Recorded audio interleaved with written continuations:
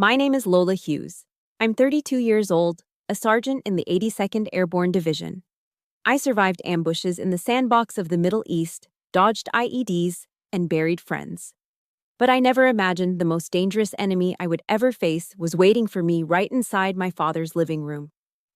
The sharp smell of antiseptic is burning my nose, mixing with the metallic taste of blood filling my mouth. I am lying on the cold tile floor of a private clinic in Iron Creek, Montana, clutching my lower abdomen. The empty space where my 14-week-old baby was ripped away from me just hours ago. Standing over me is Will, my stepbrother. He just backhanded me across the face, and I can feel my fresh surgical stitches tearing, warm blood soaking into the gauze. He throws a stack of legal papers at my face and sneers. "Sign it, you useless grunt. You losing that baby is God's punishment. Don't try to use that tragedy to beg for money. The house and the old man's insurance belong to me. He thinks I am a wounded animal waiting to die. He doesn't know that my father left a secret weapon in the basement, something that is going to turn his comfortable life into absolute hell." Comment justice below and hit subscribe if you believe anyone who steals their family's blood and sweat deserves to face a reckoning. The impact of the slap didn't just sting my skin, it rattled my teeth. My head snapped to the right, and for a second, the humming of the fluorescent lights in the clinic hallway was replaced by a high-pitched ringing. Tinnitus. I knew that sound. It was the sound of a bomb going off too close. But there were no bombs here in Iron Creek. Just the heavy, suffocating silence of a Montana winter outside and the heavy breathing of a coward standing above me. Everything felt like it was moving in slow motion. I watched a droplet of blood from my split lip hit the pristine white linoleum. Drip. "Look at you," Will spat, his voice dripping with mock pity.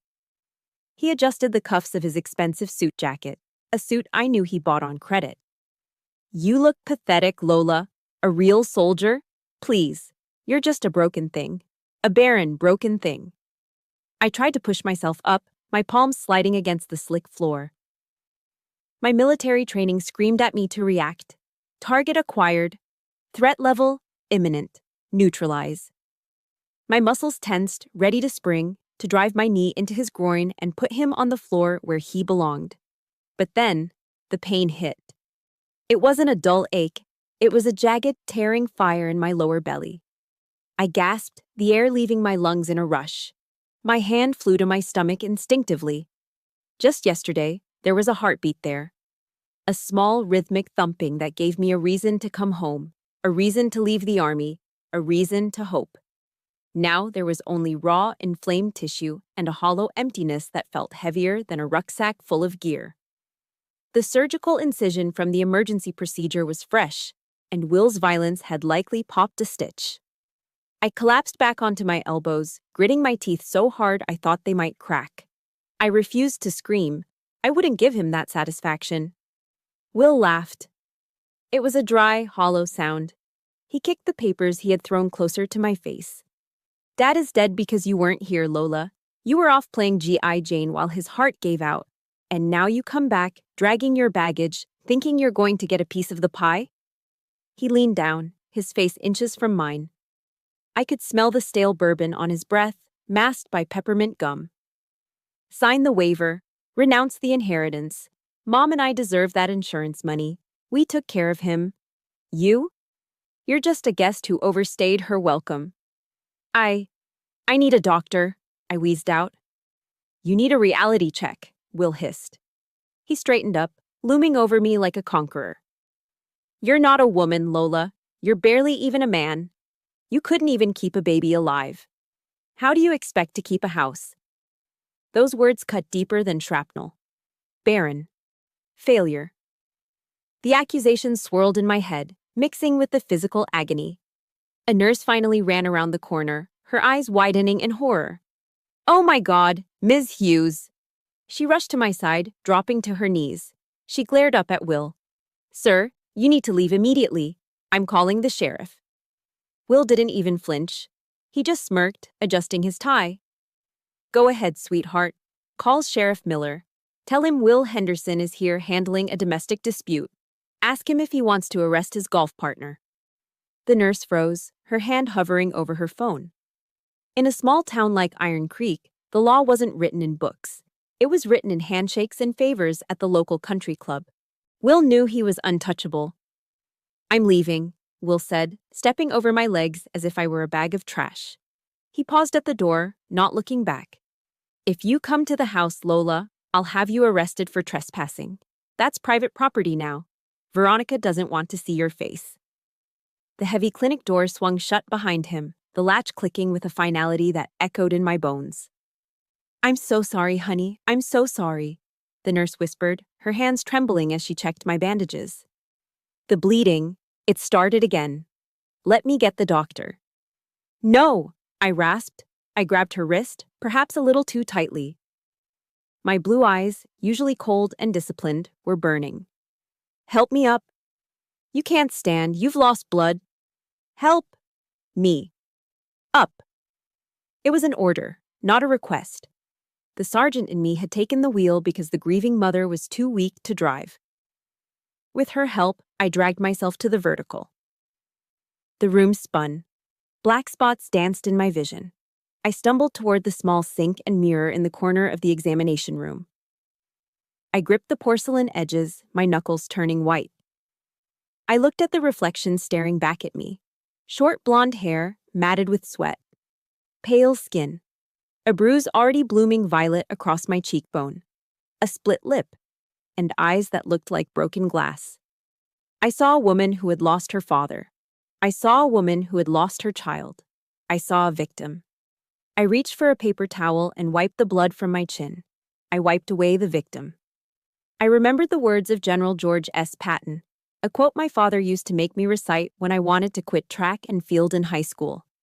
"If you are going through hell, keep going." "I'm in hell," I whispered to the empty room. My voice didn't shake this time. But I'm not stopping. I looked down at the blood-stained waiver form on the floor. Will thought he had won. He thought he had broken me.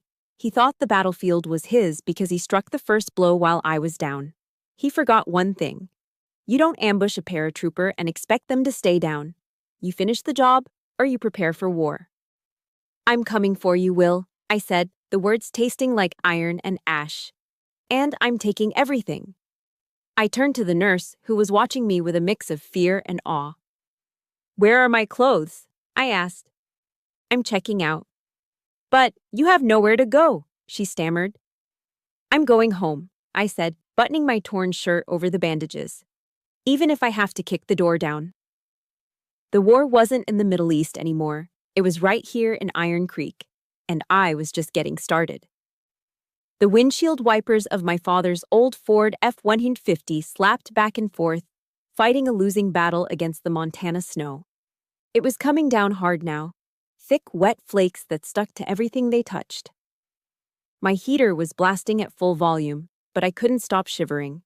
The cold wasn't just outside, it was inside me, radiating from the empty space in my womb, from the fresh bruising on my cheek, and from the hollow ache in my chest, where my heart used to be. I drove on autopilot, the tires crunching over the familiar gravel roads leading to the outskirts of Iron Creek. All I needed in the entire world right now, was my bed. The twin bed in the corner room on the second floor, the room that smelled like old cedar and lemon polish. I wanted to curl up under the quilt my grandmother stitched and sleep until the pain stopped screaming. I pulled into the long driveway. The house stood there like a fortress against the gray sky. It was a sturdy, two-story craftsman that my father had built with his own hands 30 years ago. The porch light was on, casting a warm, golden glow on the snow. For a second, I let myself believe that Dad would open the door, smelling like sawdust and tobacco, and tell me everything was going to be okay. But Dad was in the ground, and the devil was in the living room. I killed the engine. The silence of the truck was instantly replaced by the howling wind. I wrapped my thin jacket tighter around myself. It wasn't enough for this weather. And limped toward the front porch. The snow soaked through my sneakers instantly. I reached into my pocket, my fingers brushing against the cold metal of my house key. I knew every jagged edge of that key by heart. I jammed it toward the lock. Clink. It hit metal, but it didn't slide in. I blinked, wiping snowflakes from my eyelashes. The old brass deadbolt, scratched from years of use, was gone. In its place was a sleek, black digital keypad with a blue, glowing ring. A smart lock. My stomach dropped. I tried the handle. Locked. "Open the door," I shouted, pounding on the wood. "Will, let me in." Movement caught my eye. To the left of the door, the large bay window offered a clear view into the living room. I stepped back, peering through the glass. Inside, a fire was roaring in the stone hearth. It looked so warm. Standing there was Veronica. She was wearing a cashmere cardigan that probably cost more than my monthly army paycheck. She held a steaming ceramic mug in both hands, cradling it near her face. She looked right at me. Her eyes were devoid of anything human. No anger, no pity, just a flat, terrifying indifference. She took a slow sip of her tea, the steam rising around her perfectly coiffed hair. Then, with a casual flick of her wrist, she reached out and pulled the heavy velvet drapes shut. The view of the fire vanished. I was left alone in the freezing dark. "Veronica!" I screamed, kicking the door.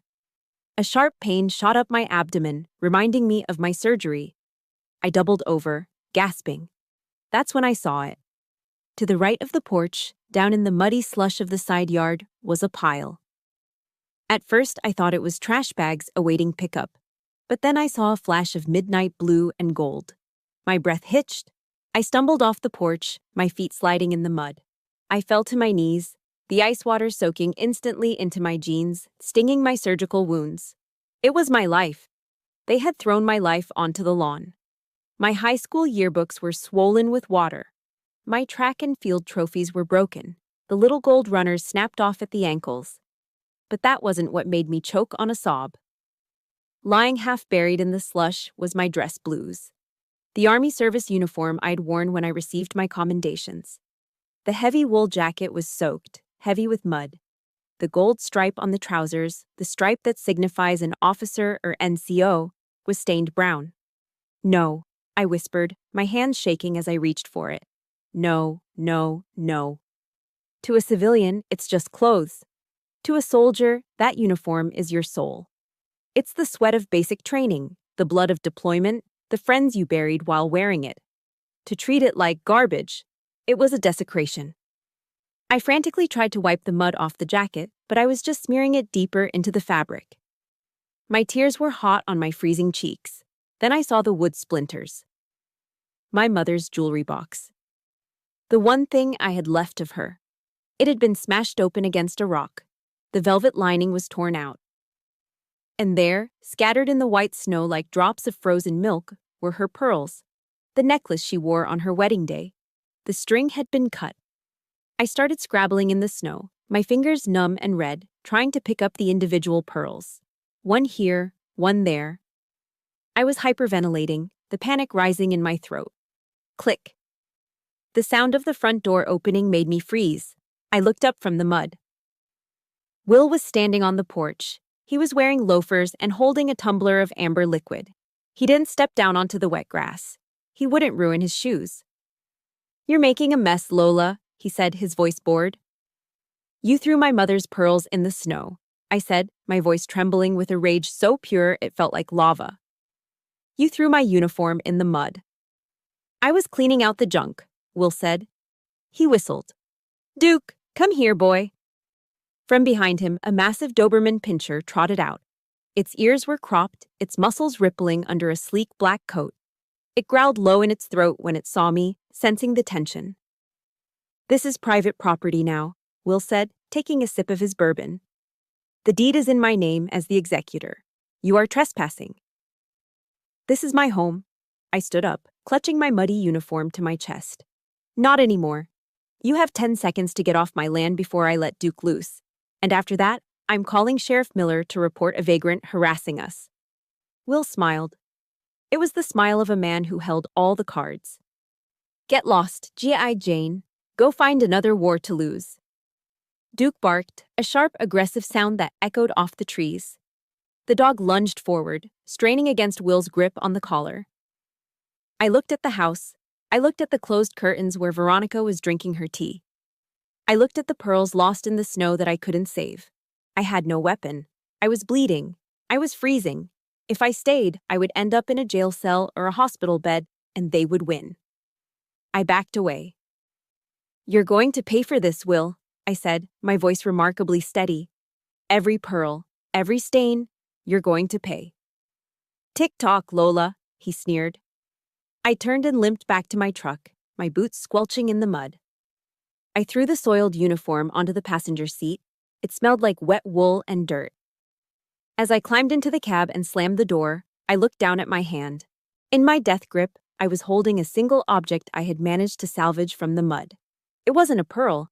It was a challenge coin my father had given me when I graduated boot camp. On one side, it had the Army emblem. On the other, it had a quote from Psalm 23:4. "I will fear no evil." I wasn't alone. There was one person left in this godforsaken town who knew what honor meant. One person who hated Will almost as much as I did. If you are listening to this and you have ever felt the heartbreak of seeing your family destroy everything you hold dear, or if you've ever had to walk away from your own home to survive, please hit that like button right now. Leave a comment below saying, "I stand with Lola, so I know I'm not fighting this battle alone." I put the truck in reverse. I knew where I had to go. Margie's house was only 2 miles down the road, and she kept a bottle of bourbon that was older than Will and a shotgun that was cleaner than his conscience. The engine roared to life. I wasn't retreating. I was just moving to a new rally point. I don't remember parking the truck. I don't remember walking up the icy steps of the porch. The last 2 miles were a blur of white snow and black asphalt, driven by muscle memory and the desperate instinct of a wounded animal seeking a cave. Margie's cabin was small, built from rough-hewn logs that had turned silver with age, nestled back against the tree line like it was trying to hide from the world. But unlike my father's house, no, Will's house now, the windows here were glowing with a soft, inviting orange light. I didn't even have to knock. The heavy oak door swung open before my boot hit the welcome mat. Margie stood there, framed by the warmth behind her. She was 73 years old, but she stood with the posture of a woman who had weathered more storms than the roof over her head. She was wearing a thick flannel robe over her nightgown, and a thin cigarette burned between her fingers. She took one look at me, soaking wet, clutching a muddy challenge coin, shivering so hard my teeth were clicking together, and she didn't ask a single question. She didn't ask, "What happened?" or, "Why are you here?"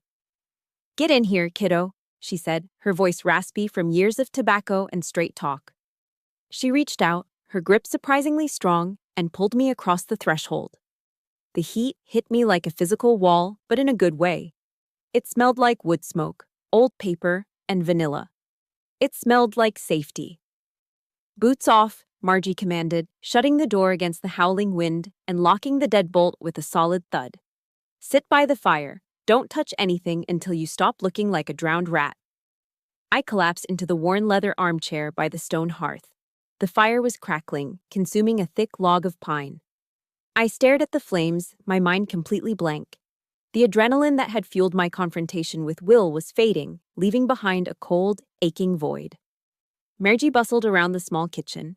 I heard the hiss of a kettle, the clinking of glass, and the heavy glug of a bottle being poured. Moments later, she shoved a steaming ceramic mug into my hands. "Drink," she said, pulling up a wooden stool to sit opposite me. I looked down at the dark liquid. "What is it?" "Hot cocoa," she said, taking a drag of her cigarette. Then she winked. "With a double shot of wild turkey. It's a Montana painkiller. It'll put the fire back in your belly." I took a sip. The sweetness of the chocolate hit my tongue first, followed immediately by the sharp, smoky burn of the bourbon. It traveled down my throat, warming my chest, spreading through my frozen limbs. "Thanks, Margie," I whispered. My voice cracked. That crack was the dam breaking. I tried to take another sip, but my hands started shaking so violently that the hot liquid sloshed over the rim, burning my fingers. I set the mug down on the floor and put my face in my hands. The sob that ripped out of my throat was ugly. It was the sound of something tearing. "I lost him, Margie," I choked out. "I lost the baby. And today, Will? He took the house. He threw Mom's pearls in the snow. He threw my uniform in the mud. Margie didn't say, "It's going to be okay." She didn't offer empty platitudes. She did something better. She reached out and placed her wrinkled, calloused hand on my knee and squeezed. "Breathe, Lola," she said softly. I failed. I wept, the tears dripping through my fingers. I failed Dad. I failed my baby. I'm a sergeant, Margie. I'm supposed to protect people. I couldn't even protect my own child. I looked up at her, my vision blurred. The Bible? Dad always made me read Psalm 23. Yea, though I walk through the valley of the shadow of death. I'm in the valley, Margie. I'm in the damn valley and I don't see the light. Margie put out her cigarette in a crystal ashtray. She stood up and walked to a small cabinet, retrieving a first aid kit. She knelt beside me, her knees popping with age. "Lift your shirt," she ordered gently. "Let me see those stitches." I obeyed. The bandage the clinic had put on was soaked through. Margie hissed through her teeth when she saw the angry red line of the incision and the fresh bruising from Will's violence. "Will did this?" she asked, her voice dangerously low. I nodded. "That son of a bitch," she muttered. She began to clean the wound with practiced efficiency. Her hands were steady. "You listen to me, Lola Hughes. You're in the valley of the shadow of death, yes. But remember the rest of the verse. I will fear no evil. You know why?" She looked me dead in the eye as she taped fresh gauze over my stomach. "Because you are the evil that they should fear. You are the meanest thing in that valley." I let out a shaky breath, the alcohol and her words settling my nerves. "I have nothing left, Margie. Will has the lawyers, the money, the house. He said Dad changed the will right before he died." Margie sat back on her heels. She picked up her bourbon, she drank it neat, no ice, no cocoa, and took a long pull. She looked at the fire for a long moment, as if debating whether to speak. "Your father didn't just die of a bad heart, Lola," she said quietly. The room went silent. The only sound was the popping of the firewood. "What do you mean?" I sat up straighter, ignoring the twinge of pain. "The coroner's report said cardiac arrest. Frank came to see me 2 days before he passed," Margie said. She swirled the amber liquid in her glass. "He looked haunted. He told me he felt sick every time he ate Veronica's cooking. Said he felt dizzy, confused. He was old, Margie. His heart was weak." "His heart was weak, but his mind was sharp as a tack," Margie snapped. "He came to me because he knew I used to be a forensic accountant for the county. He brought me a stack of papers he'd pulled from Will's construction company office." My blood ran cold. "Dad was investigating Will?" Margie nodded grimly. "Will has been bleeding the company dry. Buying sports cars, fancy dinners, gambling trips to Vegas, all written off as materials and labor. Frank found out. He was going to cut Will off. He was going to write him out of the will, not you." She leaned in closer, her eyes glittering in the firelight. "He told me, if anything happens to me, Margie, you tell Lola to look behind the water heater." He was scared, Lola. He knew they were doing something to him. "Behind the water heater?" I repeated, a memory flashing in my mind. The basement. The secret hiding spot where Dad used to keep his emergency fund when I was a kid. "I admit," Margie said, a mischievous smirk touching her lips, "I've been snooping. I watched Will's mail. I watched Veronica's trash. They are terrified, Lola. They aren't acting like grieving relatives. They're acting like criminals trying to cover their tracks." I reached down and picked up the mug of spiked cocoa. My hand wasn't shaking anymore. The grief was still there, heavy and crushing, but something else was growing alongside it. A cold, hard resolve. My father wasn't just neglected, he might have been murdered. And Will didn't just steal my inheritance, he stole the truth. "He told me I was useless," I said, my voice steady. "He told me to leave town." "Of course he did," Margie said, raising her glass in a toast. "Because he knows if you stay, you'll find out what he did." I clinked my mug against her glass. "I'm not leaving, Margie," I said. I'm going to find out what's behind that water heater, even if I have to burn the house down to get to it. Margie smiled, and it was a wolfish grin. That's my girl. Now finish your drink. We have work to do tomorrow. I woke up on Margie's floral couch with a stiff neck and a mouth that tasted like old copper pennies. The morning sun was streaming through the lace curtains, cutting through the haze of the previous night's whiskey and grief. For a split second, I forgot. I forgot about the baby, the house, the betrayal. Then the smell of frying bacon and the sharp ache in my abdomen brought it all rushing back like a landslide. I sat up, wincing. Margie was already in the kitchen, her silver hair pulled back in a tight bun, a pencil tucked behind her ear. She looked less like a retired grandmother and more like a general plotting a land war. "Coffee's in the pot," she said without turning around. "Drink up, we have intel." I limped to the counter, pouring a mug of black coffee. "Intel?" "Mrs. Patterson next door," Margie said, pointing a spatula toward the back door. She caught me taking out the trash. The woman has the ears of a bat and the mouth of a broadcast news anchor. But she told me something interesting.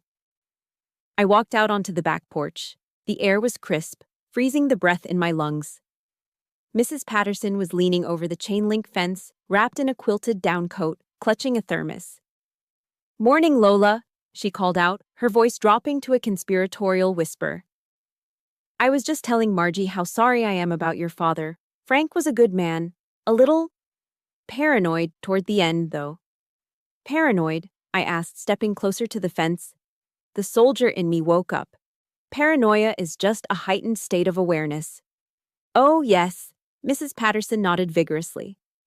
"About 2 weeks ago, I saw him out in the backyard at 2 a.m. It was freezing, just like this. He was standing by that old rusty burn barrel he keeps near the shed." My grip on the coffee mug tightened. "What was he doing?" "Burning papers," she said. "Stacks of them. He was feeding them into the fire one by one, looking over his shoulder like he expected the Viet Cong to jump out of the bushes." I asked him if he was okay the next day, and he just told me he was cleaning house. But the look in his eyes, he looked scared, honey. OPSEC. Operational Security. My father wasn't cleaning house, he was destroying evidence. He was sanitizing the site so the enemy couldn't find the intel. And the enemy was sleeping in his guest room. I thanked Mrs. Patterson and went back inside. Margie was sitting at her small kitchen table, which was now covered in stacks of paper. Bank statements, invoices, tax returns. She had her reading glasses perched on the end of her nose and was aggressively tapping a calculator. "Mrs. Patterson confirmed it," I said, sitting opposite her. "Dad was destroying documents." "Well, he missed a few," Margie said, sliding a sheet of paper toward me. It was a printout from Henderson Construction's expense account. She had highlighted a line item in angry neon yellow. "Look at this." I read the line. March 12th. Roofing materials, job site. 4. Cost, $82,000. "That's a lot of shingles," I muttered. "There is no job site 4, Margie said, her voice dripping with professional disdain. I checked the permit records at the county clerk's website this morning. No permits pulled. But you know what costs exactly $82,000 and appeared in Will's driveway 3 days after this check was cut?" I looked up. "The red Corvette." "Bingo." Margie slammed her hand on the table. "He's embezzling, Lola. He's draining the company dry to fund his midlife crisis and pay off his gambling debts. He's listing luxury cars as construction materials. It's sloppy, it's stupid, and it's a felony." "But this is just the company money," I said, rubbing my temples. "Will said Dad changed the will. If Dad signed the house over to him, the embezzlement doesn't matter regarding the property." "Unless he was coerced," Margie pointed out.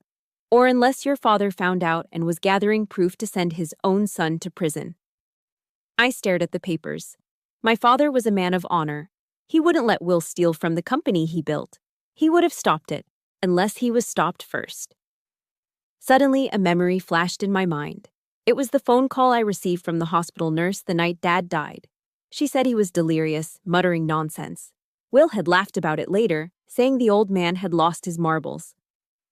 Operation Alpha, Dad had whispered into the phone when the nurse held it to his ear.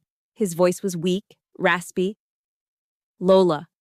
Operation Alpha, behind the water heater. August 12th, 65. At the time, I thought it was the morphine talking. Dad hadn't run an Operation Alpha in Vietnam. August 12th, 1965 wasn't a battle date. I stood up, the chair scraping loudly against the floor. It wasn't delirium, I whispered. Margie looked up. What? The nurse said he was confused, but he wasn't. He was giving me a sitrep, a situation report. I paced the small kitchen. He said Operation Alpha. That was his code for Mom. Alpha. Alice. My heart started pounding against my ribs. And the date. August 12th, 1965. That's not a random date. That's Mom's birthday. And the location? Margie asked, her eyes widening. Behind the water heater, I said. In the basement. He built a false wall there years ago to hide his emergency cash. He called it his fallback point. It all clicked into place. The burning of the documents in the barrel wasn't madness. It was a diversion. He destroyed the obvious papers to make Will think he was just old and confused, while he hid the real evidence, the smoking gun, in the one place Will would never look. Will was too lazy to go into the basement. He hated the dark. He hated getting his hands dirty. He hid the proof, I said, my voice hardening. He hid the proof of the embezzlement, maybe even a new will. He knew they were poisoning him, Margie. He knew he wouldn't make it until I got home, so he left a dead drop. Margie took off her glasses. If Will finds it. He won't, I said, because he thinks he's won. He thinks I'm a broken, grieving woman who's going to run away. I walked over to the fireplace where Margie kept a framed photo of my father and me at my boot camp graduation. In the photo, I was standing tall, chest out, proud. He was smiling. That rare, genuine smile that reached his eyes. I looked at my reflection in the glass of the frame. The woman who had been crying on the floor yesterday was gone. The woman who had been kicked out of her own home was gone. In her place stood Sergeant Lola Hughes. I turned to Margie. I need a flashlight, I need dark clothing, and I need a knife. Margie didn't hesitate. She stood up and walked to her pantry. I've got a tactical flashlight in the drawer, and my husband's old hunting knife is in the shed. I'm going in tonight, I said. 0200 hours, that's when the REM sleep cycle is deepest. Will passes out from the booze by midnight. Veronica takes sleeping pills. It's risky, Lola, Margie warned, though she was already pulling the flashlight out. If they catch you, it's burglary. It's not burglary, I said, checking the battery on the light. It clicked on, casting a bright, focused beam on the kitchen wall. It's a recovery mission. I looked out the window toward my father's house, looming gray and silent in the distance. Dad gave me one last order, I said softly. Operation Alpha. I'm going to complete the mission. The tears were dry. The sadness was boxed up and shoved deep down into the locker of my mind where soldiers keep their trauma until the war is over. Right now, I didn't have time to grieve. I had a perimeter to breach. The sun was beginning to dip below the tree line, casting long bruised shadows across the snow. Inside the cabin, the air was thick with tension. I was sharpening Margie's hunting knife with a whetstone, the rhythmic shh, shh sound filling the silence. Margie was at the table, organizing the financial documents into evidentiary piles. Then we heard the crunch of tires on gravel. I stopped sharpening. They're here. I expected them sooner, Margie said, not looking up. They're getting desperate. I moved to the window, peering through the lace curtains. It wasn't the police. It was Will's black SUV, the one he bought with company funds. He parked aggressively close to the porch steps, the tires spinning mud onto the clean snow. Veronica stepped out first. She was dressed for a funeral, not a neighborly visit. A long fur coat, leather gloves, and high boots. In her hand, she carried a wicker basket covered with a checkered napkin. It looked like something out of a Norman Rockwell painting, if Rockwell painted psychopaths. Will got out of the driver's side. He wasn't carrying a basket. He was dragging an aluminum baseball bat across the gravel. Skirt!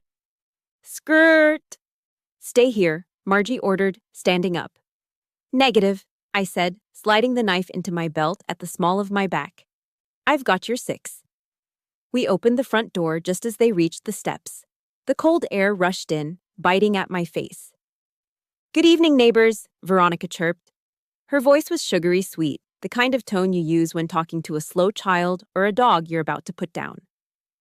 We just wanted to stop by and check on you, Margie, and bring you some of my blueberry muffins, fresh from the oven. She held out the basket. I could smell them, sweet, buttery, innocent.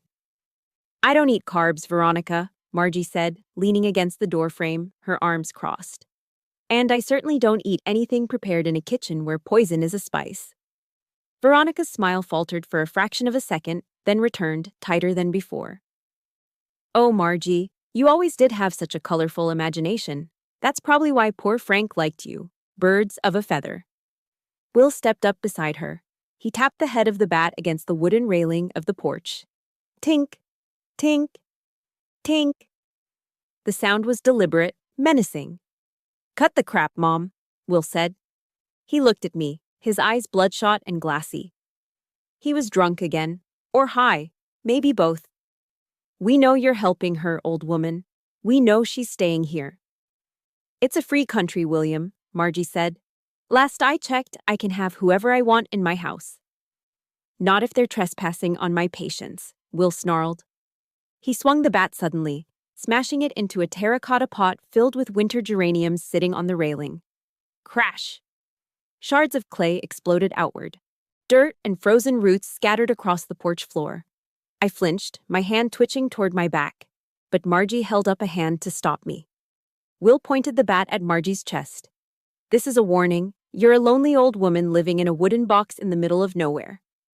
Wood burns fast in the winter, Margie. Faulty wiring, a stray spark. Accidents happen all the time. My blood boiled. He wasn't just threatening to evict me, he was threatening to burn an old woman alive in her sleep. Are you threatening me, boy? Margie asked. Her voice was deadly calm. I'm giving you advice, Will sneered. Kick Lola out tonight. Or maybe the fire department won't get here in time. Veronica sighed, adjusting her fur coat. Please, Margie, just be reasonable. We don't want anyone to get hurt. We just want peace. Margie stared at them for a long beat. Then, she reached her hand behind the doorframe. You know, Margie said conversationally, I've lived in Iron Creek for 73 years. I was here before your daddy met your mama. I was here before you were a glint in the milkman's eye. She pulled her hand back out. In it, she held a Remington 870 pump-action shotgun. The metal was dull and scratched, worn from decades of use. Clack, clack. The sound of her racking a shell into the chamber was louder than the wind. It was the universal language of, "Get off my lawn."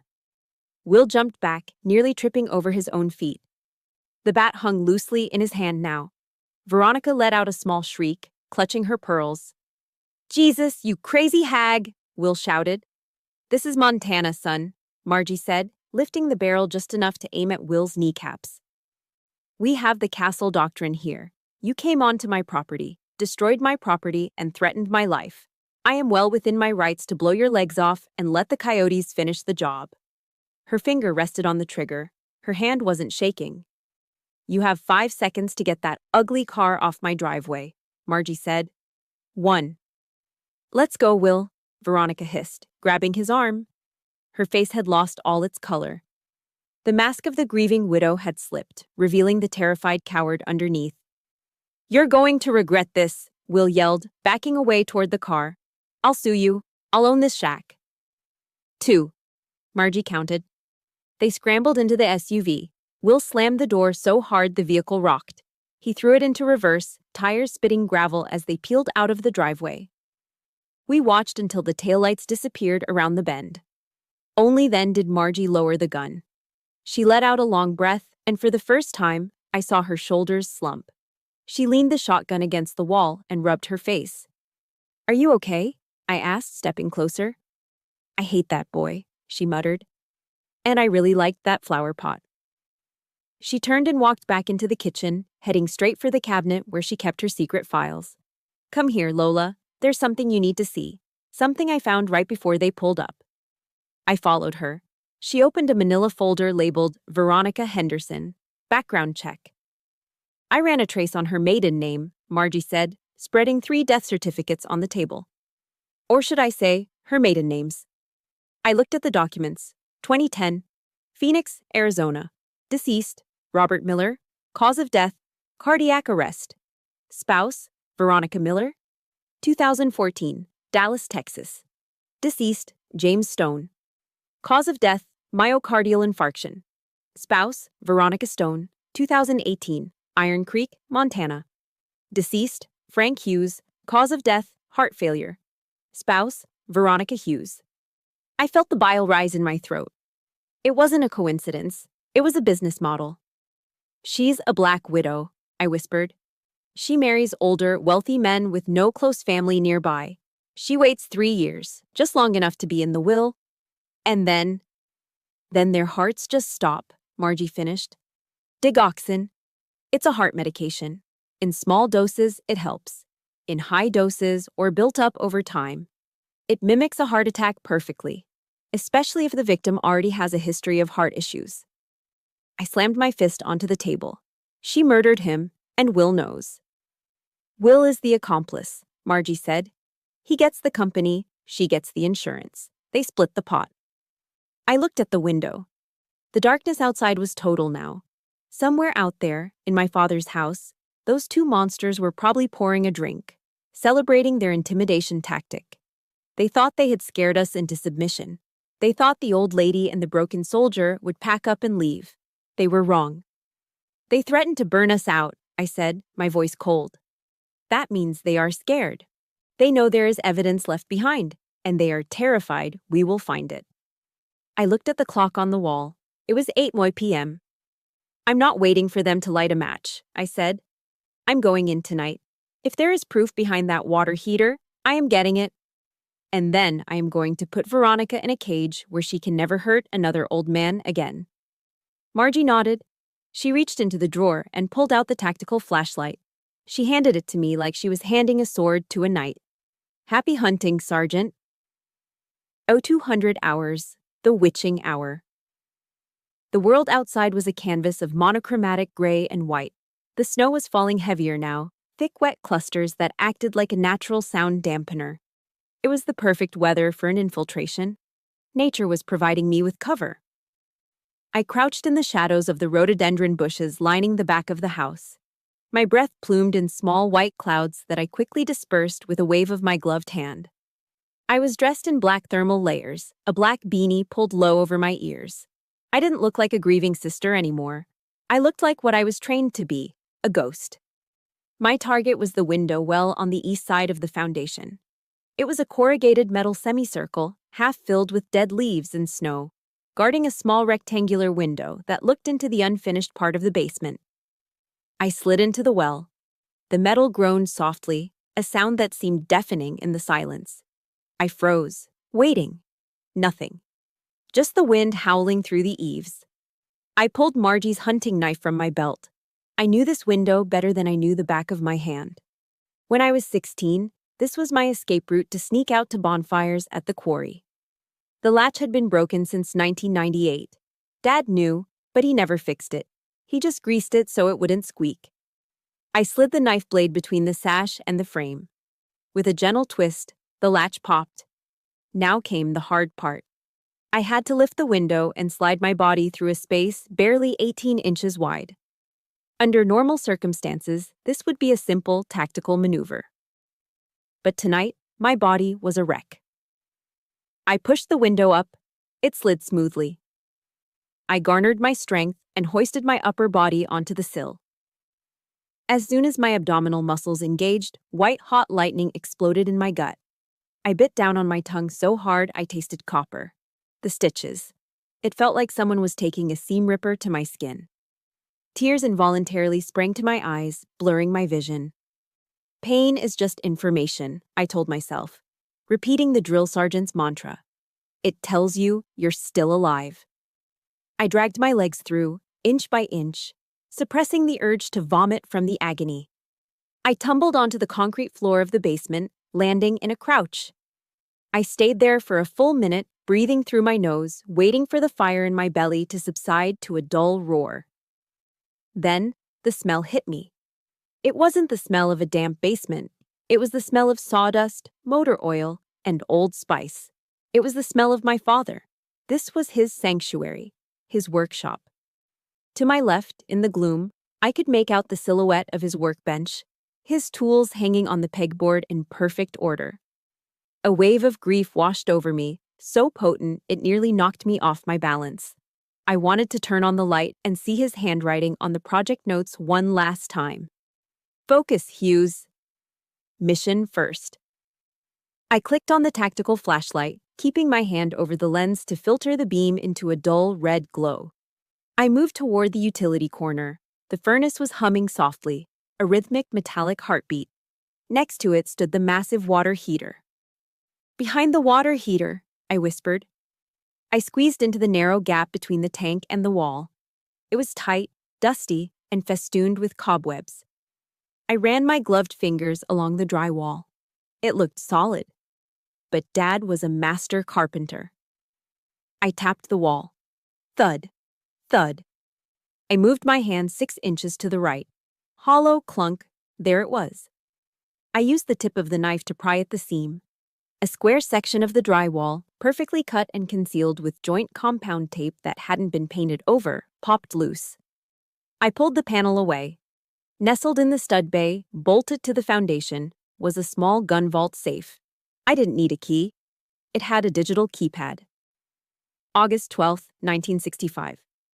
My trembling fingers punched in the numbers 0, 8, 1, 2, 6, and 5. The green light blinked. The internal solenoid clicked. The door sprang open. My heart was hammering against my ribs like a trapped bird. I shone the light inside. It wasn't money.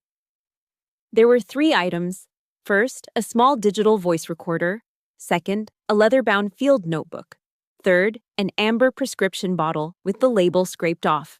Inside rattled a dozen small white pills. Gotcha, I whispered. This was the smoking gun. This was the insurance policy. I reached for the recorder, my hand halfway into the safe. Creak! The sound came from directly above my head. It was the distinct, high-pitched whine of the floorboard in the hallway leading to the kitchen. I froze. I didn't breathe. I didn't blink. I switched off the flashlight instantly, plunging the basement back into pitch blackness. Thump, thump, thump. Heavy footsteps. Uneven, sluggish. Will. He was awake. I pressed myself back against the cold concrete foundation, making myself as small as possible. The floorboards above were uninsulated. I could hear everything. I heard the refrigerator door open, the clink of a glass bottle, the glug of liquid. Then, the footsteps didn't go back to the bedroom. They moved toward the basement door. My blood ran cold. The basement door was at the top of the stairs, 20 feet away from me. The doorknob rattled. Then, the door opened. A wedge of yellow light formed the kitchen, sliced down the stairs, cutting through the darkness of the basement. It illuminated the dust motes dancing in the air. The light stopped just inches from my boots. I gripped the handle of the hunting knife. If he came down those stairs, if he saw me, I was cornered. I was injured. I would have to fight. And in a confined space against a man heavier than me, with a weapon, it would get ugly fast. Hello?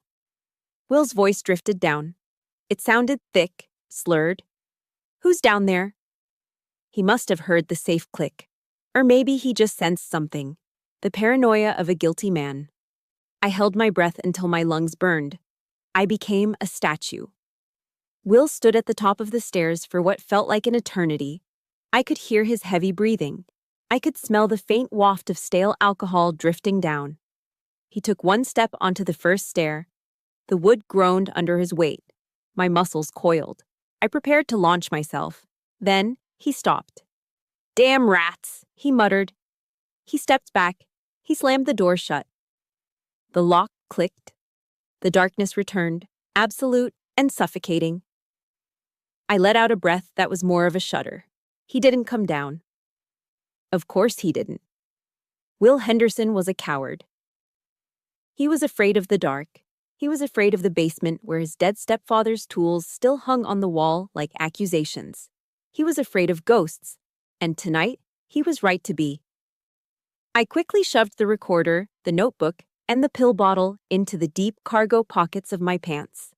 I closed the safe, replaced the false panel, and smoothed the dust over it. I retreated to the window well, the adrenaline masking the pain in my stomach. I hauled myself out into the snowy night, rolling onto the frozen grass. I lay there for a second, looking up at the indifferent slate-gray sky. Snowflakes melted on my hot face. I patted my pocket. I had the truth. The war wasn't over. But for the first time since I came home, I had ammunition. If you are listening to this and you believe that the truth is worth fighting for, no matter the risk, hit that like button right now. Leave a comment below saying, "I seek the truth, so I know there are still people out there who value justice over comfort." I disappeared into the trees, heading back to Margie's. The hunt was on. The fluorescent lights of Dr. Nathan's private lab hummed with a low electric buzz that drilled straight into my skull. It was 10 a.m., but it felt like midnight. The air smelled of rubbing alcohol and latex, a scent that usually meant healing, but today it smelled like a crime scene. Nathan, a man I'd known since high school football days, sat on a rolling stool in front of his mass spectrometer. He wasn't the jovial quarterback anymore. His face was pale, his jaw set tight. He held a printout in his trembling hand. "Tell me," I said. I was leaning against the metal counter, my arms crossed over my chest to protect the fresh bandages Margie had applied that morning. Nathan took off his glasses and rubbed the bridge of his nose. "I ran the analysis on the pills you found in the safe, and I cross-referenced it with the blood sample we managed to pull from Frank's old glucose monitor strips that Margie saved." "And?" Margie asked. She was pacing the small room, smoking a cigarette that Nathan hadn't bothered to tell her to put out. "The pills in the bottle aren't vitamins, Lola," Nathan said, his voice quiet. "They're a compound mixture, mostly filler, sugar, and flour. But the active ingredient is digoxin." "Digoxin," I repeated. "Heart medication." "Right. It's used to treat atrial fibrillation and heart failure," Nathan explained, tapping the paper. "But the therapeutic window is tiny. Too little does nothing. Too much, it causes toxicity. Nausea, confusion, visual disturbances." He looked up at me, his eyes dark. "And eventually, cardiac arrest. It stops the heart in diastole. If a coroner isn't looking for it specifically, it looks exactly like a natural heart attack." The room spun slightly. How much was in the pills? "Enough to kill a horse if taken all at once," Nathan said. "But in small daily doses, it would be a slow, agonizing decline. He would have felt weak, dizzy. He would have felt like he was losing his mind." I closed my eyes. The confusion the nurse had talked about. The delirium.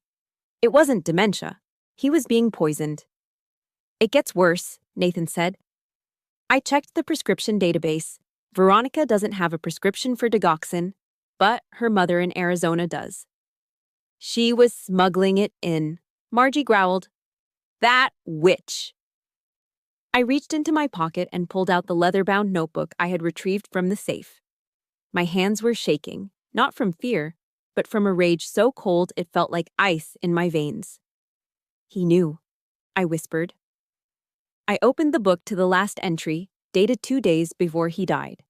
The handwriting, usually bold and architectural, was shaky and spider-like. I read it aloud, my voice echoing in the sterile lab. December 14th. The soup tasted bitter again. I didn't eat it, but I feel the fluttering in my chest. I know what she is doing. I saw the bottle in her purse when she was asleep. I should call the police, I should kick her out. But I can't. Not yet. I need the password to the offshore account. If I die now, she gets everything, and Lola gets nothing. I have to play the fool a little longer, just a few more days. I paused, swallowing the lump in my throat. "Lola, if you are reading this, please forgive me. I wanted to protect you. I wanted to leave you a kingdom, but I've left you a mess. I am a coward for not fighting back sooner. I love you, Peanut." "Dad." A tear escaped, tracking hot down my cheek. I wiped it away furiously. He wasn't a coward, I said, slamming the book shut. He was undercover. He was enduring torture to try and secure my future. And look at this, Margie said. She pulled a cracked iPad out of her oversized tote bag. I found this in their trash bin last week. Screen was smashed, but I got it to turn on. She swiped the screen with a vindictive force. Open Safari. Look at the search history from November. I leaned over. The list was a digital confession. Nov. 3. Symptoms of digoxin, overdose in elderly. Nov. 10. Does autopsy detect heart medication? Nov. 12. How long for digoxin to leave bloodstream? Nov. 20. Montana inheritance laws no will. She Googled how to kill him, I said, staring at the screen. She treated murder like a DIY home improvement project. This is it, Nathan said. Between the toxicology report on the pills, the diary, and the search history, you have them. Not yet. A gruff voice came from the doorway. We all turned. Detective Riley was standing there. He was a bear of a man, wearing a cheap suit and a permanent scowl. He was one of the few cops in Iron Creek who hadn't been bought by Will's country club buddies. Riley walked in, took the iPad from Margie, and scrolled through it. He listened to the snippet of the audio recording I played, Frank arguing with Veronica about money, her voice shrill and threatening. Riley slammed his fist onto the metal counter. Bang! Son of a bitch, he muttered. I knew Will was a snake, but this is capital murder. So arrest them, I said. Go kick down their door. Riley shook his head. It's circumstantial, Lola. Strong, but circumstantial. A good lawyer, and Will has expensive ones, will tear this apart. They'll say Frank was senile and wrote the diary in a delusion. They'll say the pills were for his condition. They'll say anyone could have used that iPad. So we just let them get away with it, Margie demanded. No, Riley said, his eyes narrowing. We need the nail in the coffin. We need a confession. Or we need them to lead us directly to the stolen money. He looked at me. We need them to admit, on tape, that they did it. We need to catch them in the act of trying to cover it up. I looked at the evidence spread out on the table. The pills, the book, the iPad. It was a puzzle, but we were missing the final piece. Will is greedy, I said slowly, and Veronica is arrogant. That is their weakness. A plan began to form in my mind. It was risky. It was dangerous. It involved walking right back into the lion's den. Will thinks I'm broken, I said. He thinks I'm desperate for cash. He thinks I'm leaving town. So? Riley asked. So? I smiled, but it didn't reach my eyes. I'm going to give him exactly what he wants. I'm going to offer him a deal. I'll tell him I found a secret account, a Swiss bank account that Dad left. But only I have the code. Margie's eyes lit up. The Trojan horse. Exactly, I said. Greed will make them careless. They'll meet me to get that code, and when they do, we'll be wearing wires.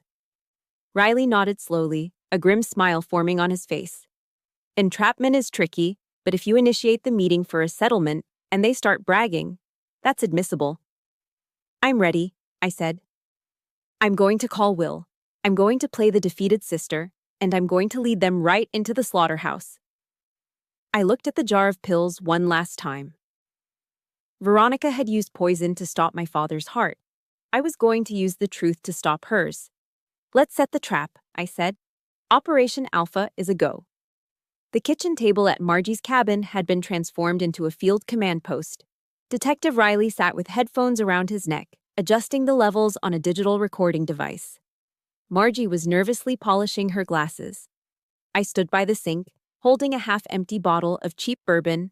I wasn't drinking it. I took a mouthful, swished it around my gums, and spat it out. Then I poured a generous splash onto the collar of my flannel shirt and dabbed some behind my ears like a twisted perfume. You smell like a dive bar on a Tuesday morning, Margie noted, wrinkling her nose. Good, I said, rubbing my eyes until they were red and irritated. That's the objective. Will needs to hear the defeat in my voice. He needs to smell the desperation when I walk into that room. I looked at Riley. Are we rolling? Recording is live, Riley said, giving me a thumbs up. Remember, get him to agree to the exchange. Quid pro quo. Money for silence. I picked up my phone. My thumb hovered over Will's contact info. I took a deep breath, slumped my shoulders, and let my jaw go slack. I dialed. It rang 4 times. I was about to hang up when he answered. What do you want, Lola? Will's voice was loud, accompanied by the background noise of a televised football game. He sounded annoyed, but not threatened. To him, I was already history. Will? I slurred my speech slightly, pitching my voice up to sound tremulous and on the verge of tears. It's me. Please, don't hang up. I'm busy, Lola. Unless you're calling to tell me you're leaving town, I don't have time for your drama. I am, I sobbed into the receiver. I'm leaving. You won, okay? You and Veronica, you win. I can't fight you. I don't have any money for a lawyer. I'm tired, Will. I'm so tired. There was a pause. I could practically hear his ego inflating on the other end of the line. Well, I'm glad you finally came to your senses. Dad wanted the business to stay with the people who actually built it, not someone who ran off to play soldier. I know, I whimpered. I'm sitting here in my truck, Will. It won't start. I have $70 to my name. I just want to go to Vegas, start over. I'll sign the waiver. I'll sign whatever you want. You'll sign the waiver renouncing all claims to the estate? Will asked, his voice sharpening with interest. Yes, everything. I need $5,000, Will. Just enough to fix my truck and get a room for a month. Please, just $5,000 and you'll never see me again. Will laughed. It was a cruel, barking sound. $5,000? You think I'm a charity? You can sign the papers for free or I can let the sheriff arrest you for harassment. I signaled to Riley. It was time to deploy the payload. Okay, I sniffled. Okay, fine. I guess I don't have a choice. It's just a shame about the Swiss account. What? The football game in the background suddenly went silent. Someone had muted the TV. What Swiss account? The one in Dad's private ledger. I lied, keeping my voice shaky but loud enough to be clear. I found a notebook in his old tool chest. He was worried about the IRS auditing the company, so he moved some of the cash reserves offshore. UBS Bank in Zurich, $2 million. You're lying, Will said, but his voice lacked conviction. He was a thief. He naturally assumed everyone else was hiding money too. I have the account number, I said. But it's encrypted. Dad used a cipher. I figured it out this morning. It uses military grid coordinates. But if you don't want it, I guess I'll just leave. Maybe the bank keeps it if nobody claims it. Wait, Will said quickly. Wait a minute. I heard muffled whispering. Veronica was coaching him. Bring the notebook, Will said, his tone dropping to a greedy command. Come to the company office, now. If the account is real, I'll give you your $5,000, cash. You promise? I asked, putting a wobble in my voice. I just want to leave, Will. Yeah, I promise. Just get your ass over here. Henderson Construction Office, 20 minutes. He hung up. I lowered the phone and straightened my spine. The slur vanished. The tears stopped instantly. He swallowed the hook, I said, my voice cold and steady. Line and sinker. Greedy bastard, Riley muttered, stopping the recording. He didn't even question it. He's so used to skimming money, he assumes Frank did the same. We have a 20-minute window, I said. Let's move. Margie walked into the bedroom and came out holding a garment bag. She unzipped it with reverence. Inside hung my Army service uniform, the dress blues. Yesterday, it had been a muddy, disgraced mess lying in the snow. Today, it was immaculate. Margie had spent the entire day spot cleaning, steaming, and pressing every inch of the midnight blue fabric. The gold stripe on the trousers gleamed. The buttons shone like little suns. I couldn't save the white shirt, Margie said softly, but I bought you a new one at the surplus store in town. It should fit. I touched the fabric. It felt like reclaiming my skin. Thank you, Margie. I stripped off my flannel shirt and jeans right there in the kitchen. I didn't care about modesty. I was putting on my armor. I pulled on the trousers, fastening the belt. I buttoned the crisp white shirt, attaching the black tie with military precision. Then came the jacket. I slid my arms into the sleeves, feeling the weight of the wool settle on my shoulders. Margie handed me my ribbon rack. I pinned it over my heart. Bronze star, Purple Heart, Army Commendation Medal. Each one was a story of survival. Each one was proof that I had walked through fire before. I looked in the hallway mirror. The bruise on my cheek was still purple, but against the sharp lines of the uniform, it didn't look like a victim's mark anymore. It looked like war paint. "You look like a soldier," Riley said, standing up. He held out a small black button. "Now let's turn you into a spy." He replaced the second button of my jacket with the camera lens. It was indistinguishable from the standard issue buttons.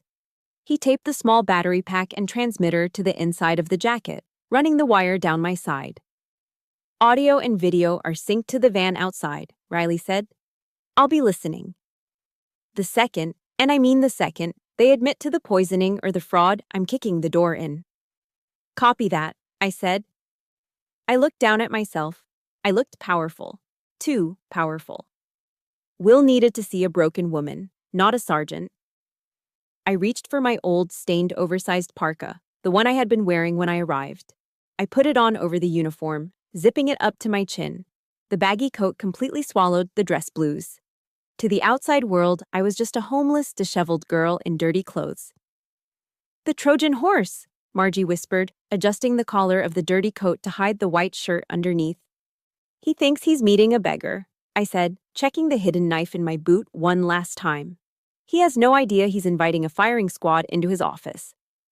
I grabbed the fake ledger, Dad's old notebook with some random numbers I had scribbled in the back, and headed for the door. "Lola," Margie called out.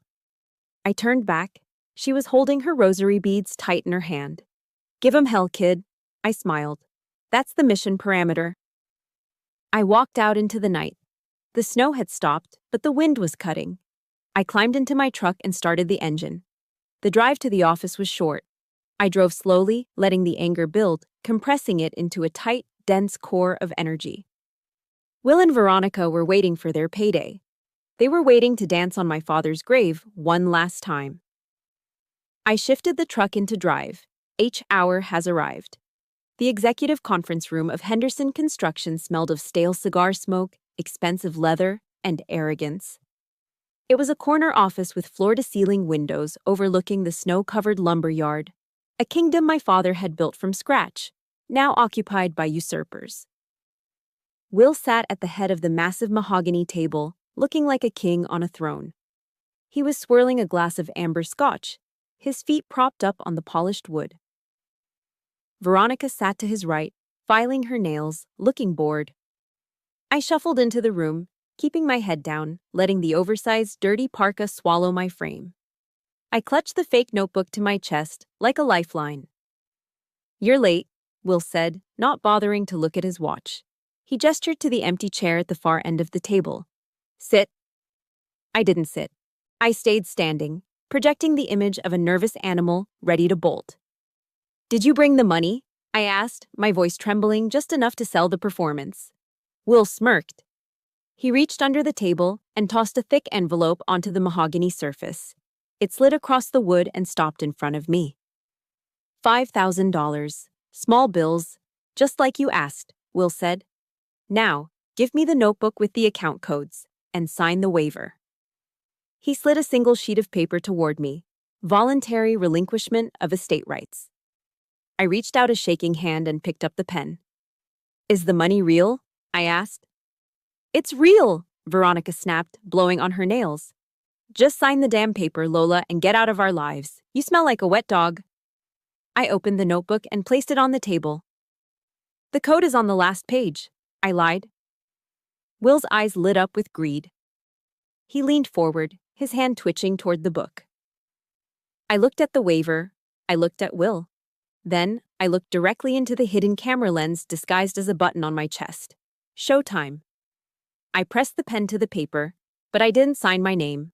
In bold, jagged letters, I wrote, "Signed, the person who is putting you in federal prison." I dropped the pen. It clattered loudly on the wood. "Done," I said, my voice suddenly devoid of any tremor. It was cold, hard, and flat. Will frowned, sensing the shift in tone. He snatched the paper. "What is this? What did you write?" He read the sentence. His face went slack. "What the hell is this?" "That," I said, reaching for the zipper of my parka, "is your resignation." I unzipped the dirty coat in one swift motion and let it slide off my shoulders to the floor. The transformation was instant. The midnight blue wool of my dress blues absorbed the office light. The gold stripe down my trousers was a sharp line of discipline. The medals on my chest, the bronze star, the purple heart, clinked softly as I straightened my spine. I wasn't the broken sister anymore. I was Sergeant Hughes, and I was on duty. Will and Veronica stared, their mouths slightly open. They couldn't process the image. "You," Veronica stammered. "What are you wearing?" I didn't answer. I pulled my phone from my pocket and hit play. My father's voice, raspy and weak but undeniable, filled the room through the speaker. "I know what she is doing. I saw the bottle in her purse. I need the password. Lola, forgive me." Veronica dropped her nail file. Her face turned the color of ash. I reached into my pocket and slammed the amber pill bottle onto the table. Bang! "Digoxin," I announced, my voice booming in the silent room. "Dr. Nathan finished the toxicology report an hour ago, and Margie found your search history, Veronica. How to poison a husband without getting caught. You didn't just kill him, you tortured him." "That's a lie," Veronica shrieked, standing up, knocking her chair over. "He was sick." "And you, Will," I turned my gaze to him. "Embezzlement. $300,000 in company funds diverted to personal assets. We have the forensic accounting records. And we have you on tape, right now, trying to bribe me to cover it up." Will looked at the envelope of cash, then at the notebook, then at me. The realization hit him. There was no Swiss account. It was a trap. Panic turned to primal rage. His face twisted into an ugly snarl. He grabbed the heavy crystal Scotch decanter from the table. "You bitch!" Will roared. "You think you can come in here and ruin me?" He lunged. It was a clumsy barroom charge. He raised the heavy glass bottle, aiming for my head. My stomach screamed in protest as I moved, the stitches pulling tight against my skin, but the adrenaline overrode the pain. I didn't retreat. I stepped into his space. Close quarters combat. Principle 1. Control the weapon. As his arm came down, I blocked his forearm with my left wrist, stopping the momentum of the bottle. At the same time, I drove my right hand into his throat, striking the vagus nerve. Will gagged, his eyes bugging out. He stumbled back, but I didn't let him go. I grabbed his right wrist with both hands, twisting it outward, locking the joint against the natural range of motion. He dropped the bottle. It shattered on the floor, splashing scotch and glass everywhere. "You wanted a fight, Will?" I hissed through gritted teeth. "You got one." I used his own momentum against him. I spun, torquing his arm behind his back in a hammerlock, and drove him forward. Slam. I smashed his face into the mahogany table. The sound of cartilage crunching against wood was sickening and satisfying. Blood from his nose sprayed across the voluntary relinquishment papers. He tried to push up, struggling like a trapped bull. I jammed my forearm into the back of his neck, pinning his head to the table. The pain in my abdomen was blinding, a hot knife twisting in my gut, but I channeled it into my grip. I leaned down, my lips inches from his bleeding ear. "This is for the baby you laughed about," I whispered, tightening the lock on his arm until he whimpered. "And this is for the father you betrayed." "Get off him!" Veronica screamed, rushing toward me with her long fingernails aimed at my face. Crash! The office door flew open, hitting the wall with enough force to crack the plaster. "Police! Nobody move!" Detective Riley stormed in, his service weapon drawn, followed by 2 uniformed officers. "Hands! Let me see your hands!" Riley bellowed. Veronica froze, her hands trembling in the air. She looked small, frail, and pathetic, stripped of her fur coat and her arrogance. I didn't let go of Will until Riley was right beside me. "I've got him, Sergeant," Riley said, holstering his gun and pulling out his cuffs. "Stand down." I released Will's arm and stepped back, gasping for air. My hand went to my stomach instinctually. I was dizzy, but I was standing tall. Riley hauled Will up from the table. Blood was streaming down Will's chin, staining his expensive silk tie. Click, click. The sound of the handcuffs ratcheting shut was the sweetest music I had ever heard. "William Henderson, Veronica Henderson," Riley recited, his voice booming with authority. "You are under arrest for the murder of Frank Hughes, embezzlement, and attempted fraud. You have the right to remain silent." I watched as the officers cuffed Veronica. She was sobbing now, mascara running down her face, begging Will to do something. But Will couldn't do anything. He was staring at me. He looked at my uniform. He looked at the medals. And for the first time in his life, he looked afraid. I picked up the fake notebook from the table. I walked over to Will as the officers began to drag him out. "You wanted the code?" I asked softly. I leaned in and whispered, "The code was honor. But you never knew what that meant." I turned and walked to the window, looking out at the lumber yard my father built. The snow was falling again, covering the tracks, covering the dirt. Behind me, the door closed, taking the monsters away. The room was silent, save for the ticking of the grandfather clock in the corner. My knees finally gave out. I sank into one of the leather chairs, wincing as my body caught up with my mind. I was bleeding again. I could feel the warmth on my bandages. But as I looked at my reflection in the darkened window, the sharp silhouette of the dress uniform, I didn't see a victim. I saw the daughter my father raised.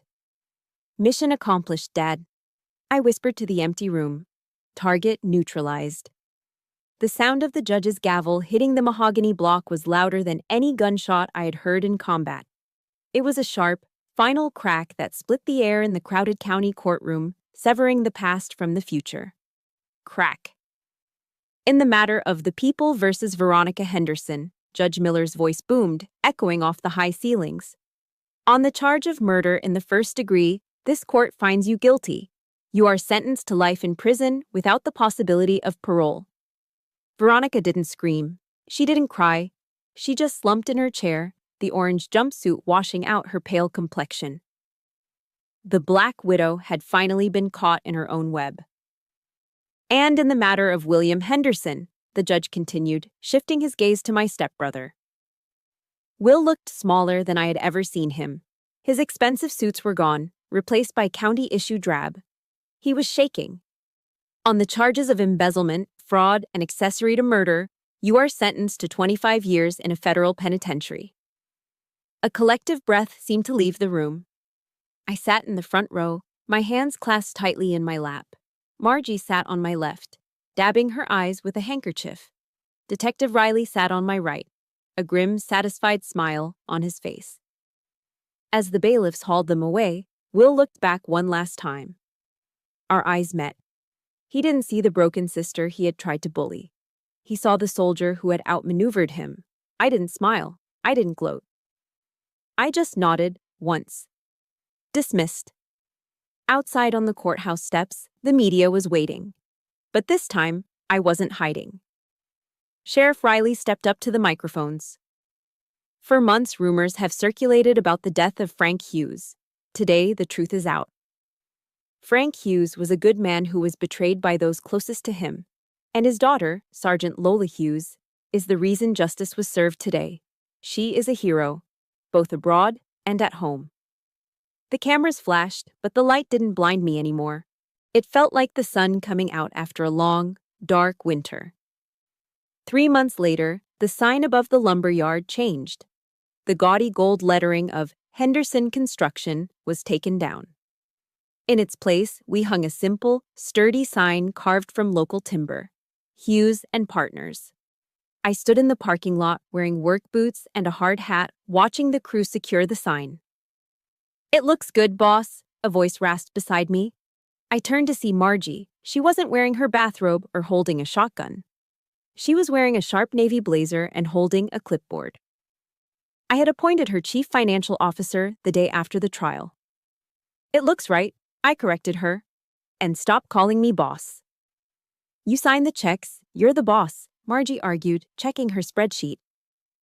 Speaking of which, the profit-sharing meeting is at noon. The guys are excited. Nobody's ever offered them equity before. They built this company, I said, watching the foreman getting to work. Will treated them like machinery. Dad treated them like family.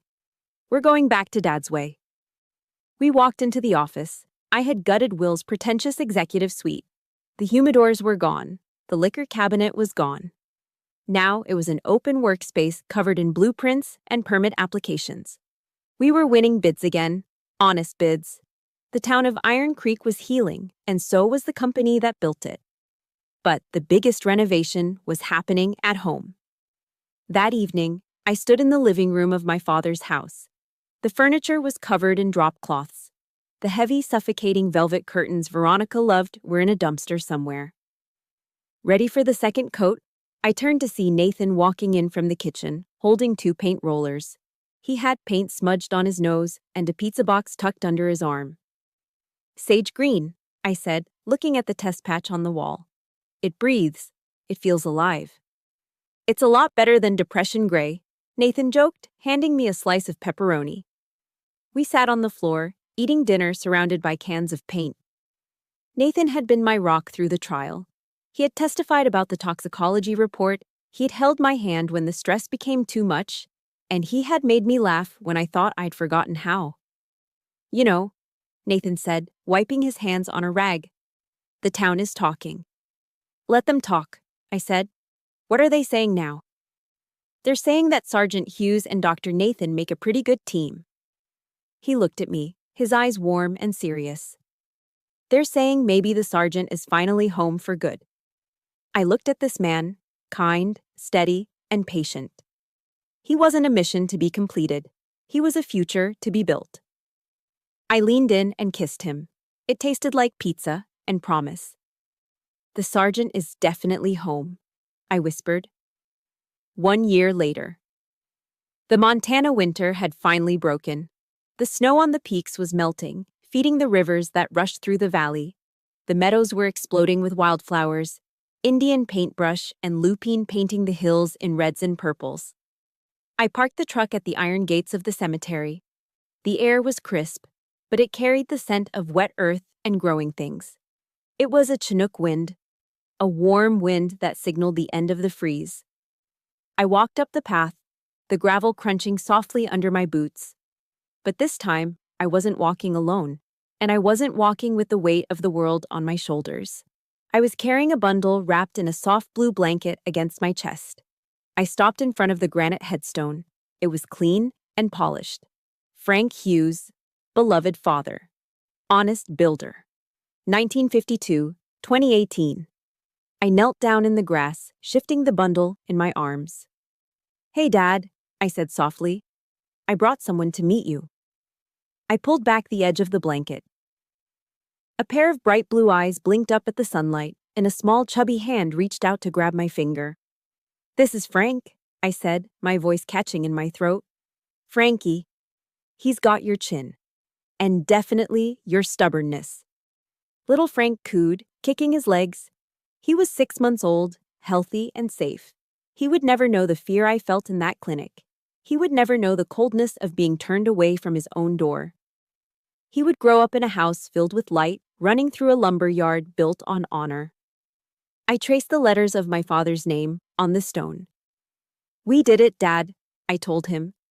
The company is thriving. Margie is terrifying the auditors. Nathan is wonderful. And Will and Veronica can never hurt us again. I pulled the challenge coin from my pocket, the one I had found in the mud that terrible night. I pressed it into the soft earth at the base of the headstone. I stood up, adjusting baby Frank in my arms. I looked out over the valley at the town of Iron Creek nestled below the mountains. It was no longer a place of ambush. It was a perimeter I had secured.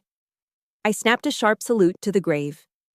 Mission accomplished, sir, I whispered. The squad is secure, standing down. I turned and walked back toward the truck, where Nathan was waiting for us, leaning against the door with a smile. The wind blew through my hair, and for the first time in a long time, I didn't look back. I just looked forward, into the sunrise. Looking back at the war I fought right here in Iron Creek, I learned the most valuable lesson of my life. Family is not defined by whose blood runs in your veins, but by who is willing to bleed for you. I spent years hurting because my stepbrother and stepmother didn't love me, thinking I was the problem. But I realized that toxic people will always try to burn your house down to keep themselves warm. You don't owe them your silence, and you certainly don't owe them your forgiveness just because you share a last name. True family are the people like Margie and Nathan, the ones who hand you a weapon when you're cornered and help you rebuild when the dust settles. Never let anyone take your dignity. It's the one piece of real estate they can never inherit unless you sign it away. Now, I want to hear from you. Have you ever had a Margie in your life? Someone who stood by you when the rest of the world turned away? Or maybe you've had to stand your ground against a bully like Will. If my story gave you the courage to draw a line in the sand, please hit that like button. It helps us share this message with others who might be feeling alone in their own battles. And don't forget to subscribe and turn on notifications. This channel is our squad, and I want you on the front lines for the next story. Tell me your story in the comments below. I'll be reading them. Stay strong, stay safe, and never stop fighting for what's right.